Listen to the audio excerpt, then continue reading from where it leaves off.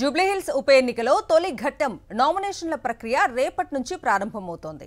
అన్ని పార్టీలు ప్రతిష్టాత్మకంగా తీసుకుంటున్న ఈ ఉప ఎన్నికలో ఏ చిన్న అవాంఛనీయ ఘటన జరగకుండా పోలీసులు కట్టుదిట్టమైన భద్రతా చర్యలు తీసుకుంటున్నారు.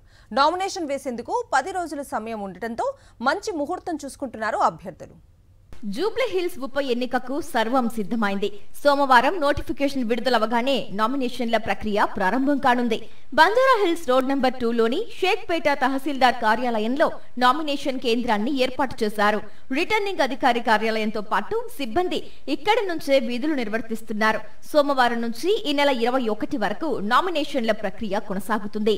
స్క్రూటినీ, ఉపసంహరణ వెంటనే జరగనున్నాయి. జూబ్లీహిల్స్ నియోజకవర్గంలో మొత్తం 3,98,982 మంది ఓటర్లు ఉన్నారు.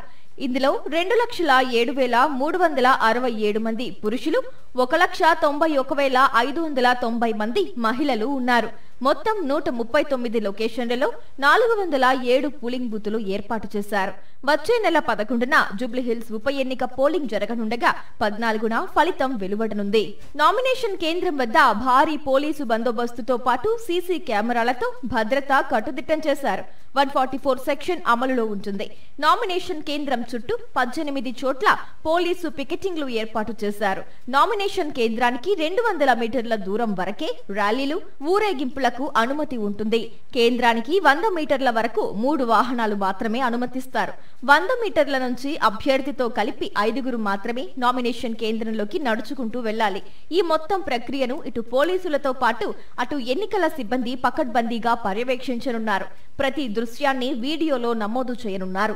నినాదాలు చేసినా, పార్టీ జెండాలతో ర్యాలీగా వచ్చినా, ఎన్నికల సిబ్బంది విధులను అడ్డుకున్నా ఎన్నికల ప్రవర్తన నియమావళి ఉల్లంఘన కిందకు వస్తుందంటున్నారు పోలీసులు. ప్రశాంత వాతావరణంలో నామినేషన్లు వేసే విధంగా పోలీసులు చర్యలు తీసుకుంటున్నారు. ఎలాంటి అవాంఛనీయ ఘటనలు చోటు చేసుకోకుండా అనుమానితుల కదలికలపై నిఘా పెడుతున్నారు. మొత్తం ఎన్నికల ప్రక్రియను హైదరాబాద్ జిల్లా ఎన్నికల అధికారి, జీహెచ్ఎంసీ కమిషనర్ ఆర్వి కర్ణన్ నిరంతరం పర్యవేక్షిస్తున్నారు.